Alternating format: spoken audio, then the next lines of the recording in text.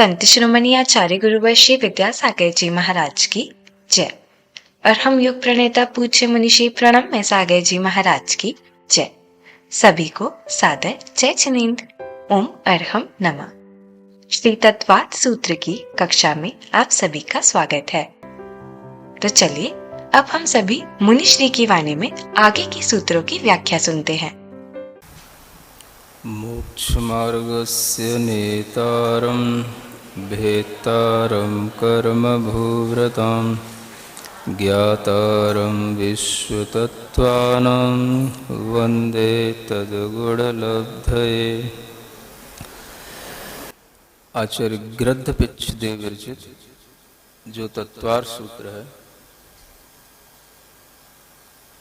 उसके प्रथम अध्याय के ही सूत्रों की विवेचना की जानी।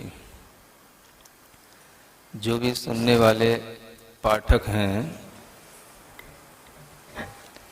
वे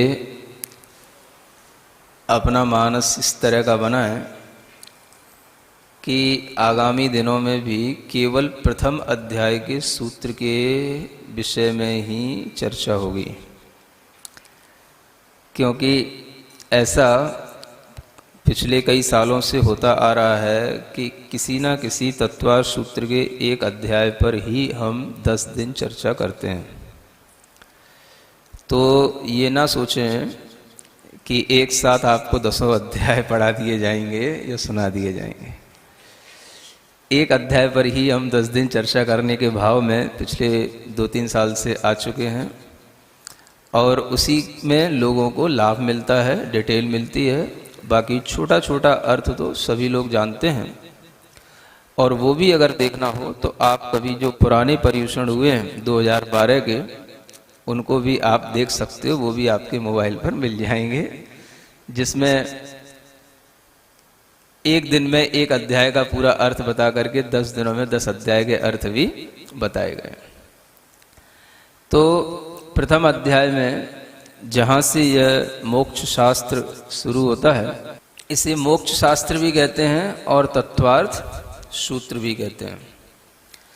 इसीलिए इसका नाम मोक्ष शास्त्र है, क्योंकि इसमें मोक्ष मार्ग का वर्णन है और अंतिम अध्याय में मोक्ष तत्व का भी वर्णन है। मोक्ष मार्ग से पहला सूत्र प्रारंभ होता है और मोक्ष का साथ में अंतिम अध्याय का प्रथम सूत्र प्रारंभ होता है। तो मोक्ष मार्ग का वर्णन करते हुए अंततः मोक्ष की व्याख्या करना इस ग्रंथ का मुख्य विषय है, इसलिए इसे मोक्ष शास्त्र भी कहा जाता है। कल हम लोगों ने ये सुना था कि सम्यक दर्शन, ज्ञान और चारित्र ही मोक्ष का मार्ग है। अब हम आगे के सूत्र की ओर बढ़ते हैं। तो अगले सूत्र में कहा जा रहा है कि वह मोक्ष का मार्ग जो सम्यक दर्शन, ज्ञान, चारित्र है, उसमें सबसे पहला जो सम्यक दर्शन है उसका हमें कुछ ज्ञान कराया जाए, उसका लक्षण बताया जाए कि वो सम्यक दर्शन क्या होता है। अगला सूत्र, तत्वार्थ श्रद्धानम सम्यक दर्शनम। पढ़ रहे हो? क्या कहा गया? सम्यक दर्शन तत्वार्थ का श्रद्धान का नाम है, यानी तत्वार्थ की श्रद्धा करना ही सम्यक दर्शन है ना। अब हम सीखें कि हमें अगर सम्यक दृष्टि बनना है, सम्यक दर्शन अपने अंदर धारण करना है, तो हमारा तत्वार्थों पर सही श्रद्धान होना चाहिए, जो हमें इस तत्वार्थ सूत्र में बताया जा रहा है। तत्वार्थ क्या है ये आगे बताया जाएगा, लेकिन फिर भी सर्वप्रथम यहाँ पर तत्वार्थ की श्रद्धा को सम्यक दर्शन कहा है। यानी सम्यक दर्शन का जो संबंध है वो श्रद्धा से है, और श्रद्धा किस पर होनी चाहिए? तो तत्वार्थ पर होनी चाहिए, ये बताया गया है। तो यहाँ पर इस सूत्र में 3 चीजें हैं: तत्वार्थ, श्रद्धा और सम्यक दर्शन। सम्यक दर्शन एक कार्य है, जिसे हम अपना लक्ष्य कह सकते हैं। श्रद्धा उसकी प्रतीति है जो हमें लक्ष्य की प्राप्ति होना है उसका मुख्य लक्षण है। और किस पर श्रद्धा करनी यह उसका अधिकरण है, हमें तत्वार्थों पर श्रद्धा करनी। तो तीन चीजें, किस पर श्रद्धा करनी, सम्यक दर्शन क्या करने पर होता, और जो श्रद्धा करने पर, तत्वार्थ की श्रद्धा करने पर होता उसका नाम क्या होता। समझ में आया? सम्यक दर्शन यानी समीचीन श्रद्धा का नाम ही देखा जाए तो सम्यक दर्शन है। क्योंकि कल आपको बताया था कि दर्शन माने श्रद्धा ही होती है, आस्था ही होती है। अब अगर हम इस दृष्टि से देखें तो इस सूत्र का अर्थ क्या निकलता है कि तत्वार्थों की श्रद्धा ही सम्यक श्रद्धा है। समझ में आया? सम्यक दर्शन का मतलब क्या हो गया? समीचीन श्रद्धा। और सम्यक का अर्थ होता है जो श्रद्धा प्रशंसनीय हो, इसलिए सम्यक शब्द आता है। हर कहीं पर हम श्रद्धा करते हैं वो श्रद्धा काम की नहीं होती। जो श्रद्धा मोक्ष मार्ग में उपयोगी हो उसको सम्यक कहा जाएगा। तो ऐसी श्रद्धा जो मोक्ष मार्ग के लिए उपयोगी होती है और जो प्रशंसा के लिए है, जिसकी बड़े बड़े ज्ञानी पुरुष भी प्रशंसा करें, उसका नाम है सम्यक श्रद्धा या सम्यक दर्शन। अब वो सम्यक दर्शन और उसके लिए होने वाली श्रद्धा किन पर हो, ये मुख्य विषय है। तो आचार्य कहते हैं तत्वार्थ पर हो। तत्वार्थ क्या है इसको भी हम समझेंगे विस्तार से, क्योंकि आपके पास में और हमारे पास में समय काफ़ी है, इसलिए कोई भी विकल्प करने की ज़रूरत नहीं है।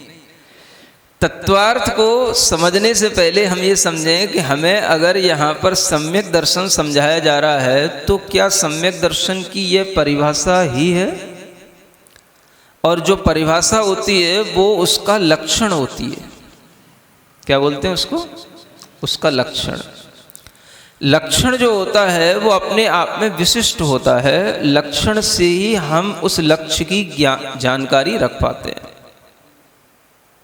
हर वस्तु को जानने के लिए उसका एक लक्षण होना चाहिए और उस लक्षण को ही परिभाषा कहा जाता है।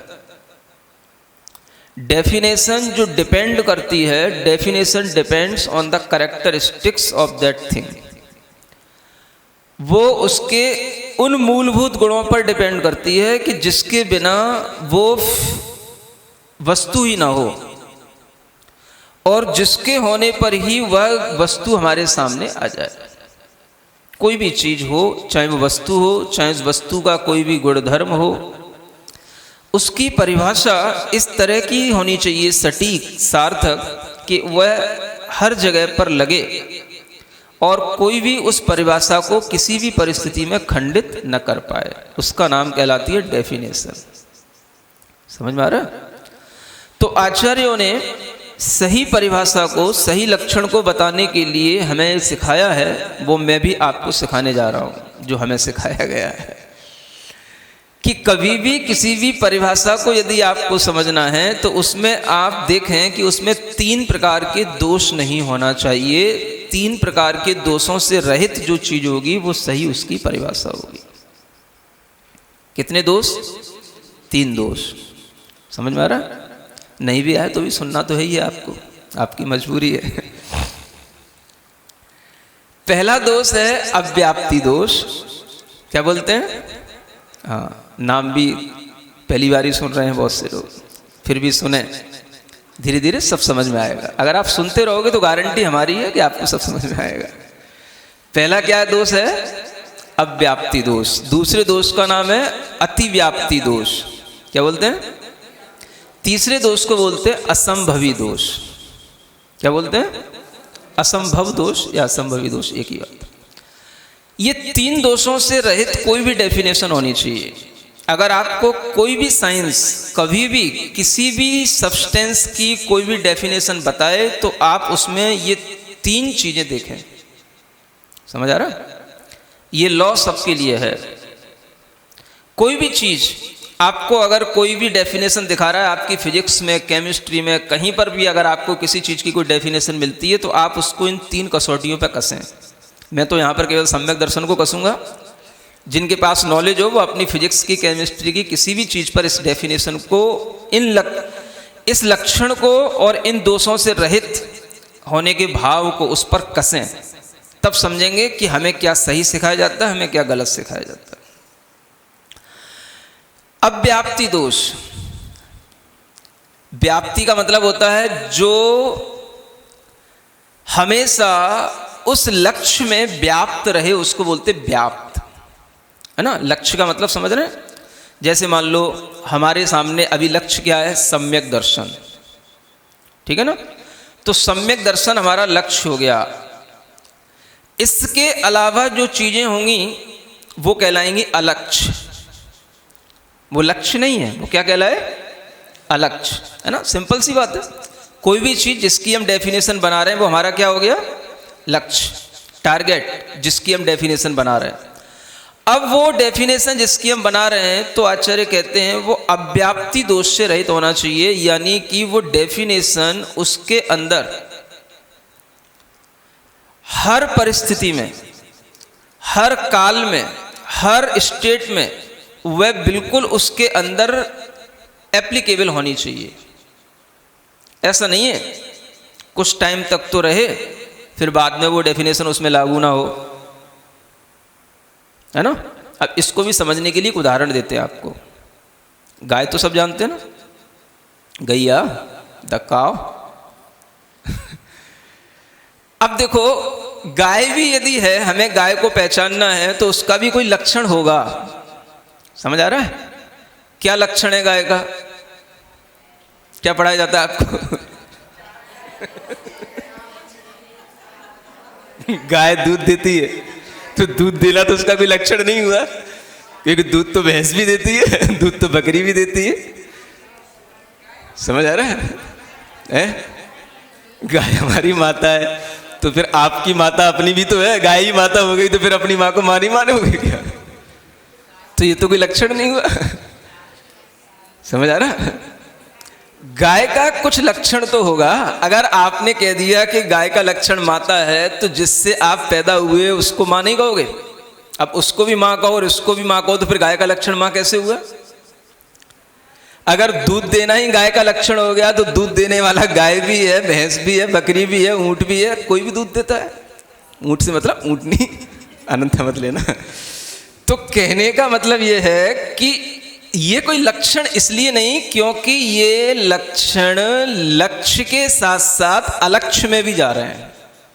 जैसे दूध देना, ये लक्षण गाय के साथ साथ भैंस, बकरी सब में लग रहा है, तो ये कहलाया लक्ष्य के साथ साथ जब लक्षण अलक्ष्य में चला गया तो ये कहलाता अतिव्याप्ति दोष। इसको क्या बोला? दूसरे नंबर वाला अतिव्याप्ति। अव्याप्ति क्या हो गया? अगर आपने कोई लक्षण गाय का ऐसा बनाया कि मानो वह गाय कौन होती है? जो चितकबरी होती है वो गाय कहते हैं। समझ आ रहा है? तो चितकबरी होने का मतलब ऐसी भी गाय होती चितकबरी ना हो? तो वो लक्षण उस गाय में नहीं घटेगा जो चितकबरी नहीं है। चितकबरी का मतलब देखते हो ना, हाँ कई कई स्पॉट पड़े रहते हैं ना, तो ये कोई लक्षण नहीं हुआ। समझ आ रहा है? अगर हम ऐसा लक्षण बनाए तो ये कहलाएगा अव्याप्ति लक्षण, कि गाय में ही सब में नहीं बैठ रहा ये लक्षण। तो जो चितकबरापन है, ये चितकबरापन तो सभी गायों में भी नहीं बैठ रहा है, मतलब गाय में भी सब में नहीं बैठ रहा है, तो ये कहलाया अव्याप्ति। माने जिस लक्ष्य में भी है तो वो लक्ष्य में भी सभी पूरे लक्ष्य में हमेशा नहीं है। लक्ष्य में भी वो एक देश व्याप्त है, ऐसा कहा जाएगा। तो इसलिए इसको क्या बोलेंगे? अव्याप्ति दोष। अगर हमने गाय का लक्षण बनाया दूध देना, समझ आ रहा है, या सींग होना, जिसके सींग हो वो गाय हो, समझ आ रहा? तो ये कहलाएगा अतिव्याप्ति लक्षण। ये क्या हो गया? क्योंकि ये गाय के अलावा अन्य पशुओं में भी पाया जा रहा। अथवा हमने गाय का लक्षण बना दिया, जो पशु हो वो गाय है, तो पशु तो दूसरे भी होते हैं, तो पशु लक्षण ये बना दिया, तो ये भी उसका लक्षण नहीं बनेगा। ये क्या हो गया? अतिव्याप्ति दोष। समझ में आ रहा है? अथवा ये तो दो दोष हो गए। ऐसे ही तीसरा असंभव दोष। असंभव दोष का मतलब ये हो गया, अगर हमने उस गाय का लक्षण ये बना दिया कि जो गाय होती है वो मनुष्य होती है या माँ होती है, तो क्या हो जाएगा? ये असंभव दोष है। गाय कभी माँ नहीं होती है। समझ आ रहा है? माँ वो होती है जिससे हम उत्पन्न होते हैं। गाय कैसे माँ हो गई? ये उसका असंभव दोष हो गया। समझ में आ रहा है? तो इस तरह के जो दोष होते हैं, उन दोषों से सहित कोई भी परिभाषा होती है तो परिभाषा नहीं होती है। उसका कोई गुणधर्म वैसा हो सकता है, लेकिन वो गाय की परिभाषा नहीं है। गाय का कोई विशिष्ट गुण हो सकता है कि सब पशुओं में हम गाय को विशिष्ट सम्मान देते हो या आदर देते हो, ये बात अलग है, लेकिन वो उसका कोई लक्षण नहीं है। समझ में आ रहा है? इसको बोलते हैं अव्याप्ति, अतिव्याप्ति और असंभव दोषों से रहित लक्षण बनाना। अभी लक्षण तो बना नहीं, जो लक्षण आपने दिए थे वो सब असंभव है। समझ में आ रहा है? अब आप जब भी कोई लक्षण बनाएं तो उसमें हमें इन तीनों दोषों से रहित होकर के बनाना। तो हमें बताना कि आपने क्या गाय का लक्षण बनाया है? क्या बोले? सींग नहीं मारती? ऐसा कुछ नहीं है, मरखनी गाय भी होती है, सींग भी मारने वाली होती है। जो कौन सी बात हुई, है ना? ये तो बहुत बच्चे वाली बात हो गई। ऐसा कुछ नहीं है ना? अच्छा चलो, एक चीज़ और इसी तरीके से समझते हैं, जैसे आत्मा है ना। अब थोड़ा अपने विषय पर आते हैं धीरे धीरे। आत्मा का लक्षण, अगर हमने यूँ कहा कि आत्मा का लक्षण अमूर्त है, क्या बोला? अमूर्त है, तो ये लक्षण आत्मा का अमूर्त होकर के भी ये निर्दोष लक्षण नहीं होगा। क्यों नहीं होगा? क्योंकि अमूर्त तो दूसरी और भी चीज़ें हैं। आकाश भी अमूर्त है, धर्म अधर्म द्रव्य भी अमूर्त हैं, तो ये अमूर्त आत्मा का फिर लक्षण नहीं बना। तो ये क्या कहलाया? अमूर्त आत्मा का लक्षण कहना ये हो गया अतिव्याप्ति दोष। क्या दोष हो गया? अतिव्याप्ति दोष। समझ में आ रहा है? अगर हमने कहा कि आत्मा का लक्षण सब कुछ जानना, सब कुछ देखना है, या हमने कहा केवल ज्ञान आत्मा का लक्षण है, तो ये क्या हो गया? ये अव्याप्ति दोष हो गया।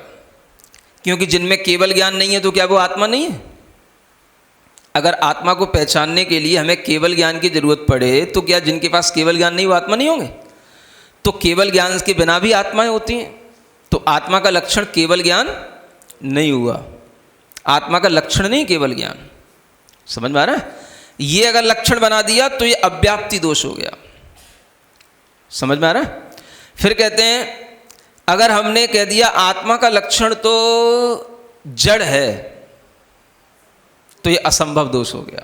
जड़ कभी आत्मा का लक्षण नहीं हो सकता, क्योंकि जड़ अगर आत्मा का लक्षण हो गया तो फिर जड़ का लक्षण और आत्मा का लक्षण दोनों एक हो जाएंगे। फिर दुनिया में सब जड़ ही होगा, चेतना नाम की कोई चीज नहीं होगी। समझ में आया? इसलिए ये जो लक्षण बनाए गए ये सब क्या कहलाए? ये सब सदोष लक्षण कहलाए। अब आत्मा का लक्षण क्या होता है ये आप ढूंढना, बाद में मिलेगा आपको कहीं ना कहीं। लेकिन ये जो लक्षण बताए गए वो लक्षण नहीं है। ठीक है ना? आप दूसरे अध्याय में पढ़ना, आपको लक्षण मिलेगा। हाँ, और जो पढ़ चुके हैं उनसे कभी पूछना है, थोड़ा हम भी बता देंगे, ऐसी कोई बात नहीं है। आप कहोगे महाराज इतना क्यों हमें परेशान कर रहे हो, है ना? तो आत्मा का लक्षण ना तो केवल ज्ञान है ना अमूर्त है। आत्मा का लक्षण है उपयोगो लक्षणम। दूसरे अध्याय में आप पढ़ेंगे, क्या पढ़ेंगे? उपयोगो लक्षणम। आत्मा का लक्षण क्या है? उपयोग, उपयोग स्वभाव, ज्ञानोपयोग, दर्शनोपयोग, ये हर आत्मा में पाया जाएगा, इसलिए वो उसका लक्षण है। इसके बिना कभी आत्मा नहीं होगी, है ना? चाहे वो केवल ज्ञानी आत्मा हो, चाहे वो सामान्य से निगोद पर्याय में रहने वाली आत्मा हो, चाहे पशु हो, चाहे मनुष्य हो, सब आत्माओं में ये उपयोग लक्षण पाया जाएगा, इसलिए ये निर्दोष लक्षण है। इसी तरीके से यहाँ सम्यक दर्शन का लक्षण बताया जा रहा है। जैनाचार्य जब भी कोई परिभाषा बनाते हैं, अकाट्य बनाते हैं, 3 प्रकार के दोषों से रहित बनाते हैं, इसलिए जैनाचार्यों की विशेषताएं होती हैं। समझ आ रहा है? वो पंडितों के भी पंडित होते हैं, समझ में आ रहा है? न्याय के माध्यम से भी उन्हें कोई किसी भी तरीके से बाधित नहीं कर सकता है। तो इस न्याय के अनुसार ये तत्वार्थ सूत्र में जो सम्यक दर्शन की परिभाषा है, यह है तत्वार्थ श्रद्धानम सम्यक दर्शनम। ये परिभाषा अव्याप्ति, अतिव्याप्ति, असंभव तीनों दोषों से रहित है। तत्वार्थ का श्रद्धान होना चाहिए, इसका नाम है सम्यक दर्शन। थोड़ा सा हम तत्वार्थ इस शब्द के बारे में आपको बताते हैं। तत्व और अर्थ, इन 2 शब्दों से मिलकर के तत्वार्थ शब्द बनता है। कौन से 2 शब्द हैं? तत्व और plus earth equal to Tattvartha. तत्व का मतलब होता है उसका भाव, तत्व माने क्या होता है? भाव। और अर्थ माने होता है पदार्थ, वस्तु।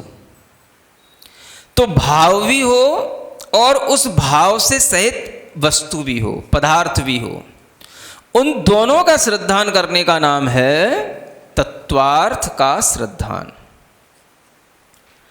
तत्वार्थ कहने से एक तरह से ऐसे आ गया जैसे हम लोग कभी बोलते भावार्थ। इसका भावार्थ क्या है? तो भावार्थ का मतलब होता है कि वो तो भावार्थ में चला गया कि इसका भावपूर्ण अर्थ क्या है, लेकिन यहाँ पर तत्वार्थ का मतलब भावार्थ तो आ रहा है, लेकिन इसमें सेंस दूसरा आ रहा है। यहाँ भावार्थ का मतलब आ रहा है भाव से सहित अर्थ, भाव से सहित पदार्थ। अर्थ माने पदार्थ, माने जो सब्सटेंस है उसकी जो अपनी गुणवत्ता है वो, और वो जो पदार्थ है वो, उन दोनों को श्रद्धा में लाओ। समझ में आ रहा है? नहीं आए तो ना भी बोल दिया करो, कभी कभी हमेशा हाँ ही बोलते रहते हो, तभी तो हम और समझाएंगे। तत्वार्थ का मतलब क्या हो गया? तत्व और अर्थ, इन दोनों को क्या बोलते हैं? तत्वार्थ। ठीक है ना? अब इस तत्वार्थ का मतलब हो गया कि जो भाव है और भाव से सहित पदार्थ है, हमें दोनों को लेकर के चलना है, एक को लेकर के नहीं चलना है। क्योंकि भाव के बिना पदार्थ नहीं होता और पदार्थ के बिना उसका भाव नहीं होता। भाव और पदार्थ दोनों के साथ साथ रहते हैं। कोई भी चीज हो, मान लो कमल का फूल है, फूल क्या हो गया? ये अर्थ हो गया, एक पदार्थ हो गया। उसका भाव क्या हो गया? उसकी सुंदरता, उसकी सुगंधी, ये उसका भाव हो गया। उसका रंग, ये सब क्या हो गया? उसका भाव हो गया। हमें एक चीज को नहीं पकड़ना कि हम केवल उसकी सुंदरता पकड़ें, केवल उसकी सुगंधी को पकड़ें, या उसके केवल रूप रंग को ग्रहण करें, उसी को माने और उस वस्तु को ना माने। तो ऐसा तो नहीं होएगा। वस्तु है तो उस वस्तु का कोई ना कोई भाव तो होता ही है। हमने सुन रखा है, जान भी रखा है, 2 ही प्रकार के पदार्थ हैं, जीव और अजीव। जीव एक पदार्थ हो गया और उस जीव का जो भाव है वो क्या हो गया? जानना, देखना, ये उसका क्या हो गया? भाव हो गया। अगर हम केवल जानने देखने को ही श्रद्धा में लाएं, माने, और जीव आत्मा रूपी पदार्थ को ना माने, तो आपका श्रद्धा अधूरी कहलाएगी, श्रद्धा आपकी बराबर नहीं कहलाएगी। और केवल हम जीव आत्मा को माने और उसके भाव को ना माने, जानना देखना जो उसकी गुणवत्ता है उसको ना माने, तो भी आपका श्रद्धा पूरा नहीं कहलाएगी। दोनों चीजों को मानना है, भाव को भी और भाव से सहित जो पदार्थ है उसको भी। इसका नाम यहां पर भावार्थ है। इस तत्वार्थ का भावार्थ क्या निकला? कि भाव से सहित जो पदार्थ है उसकी श्रद्धा का नाम सम्यक दर्शन है।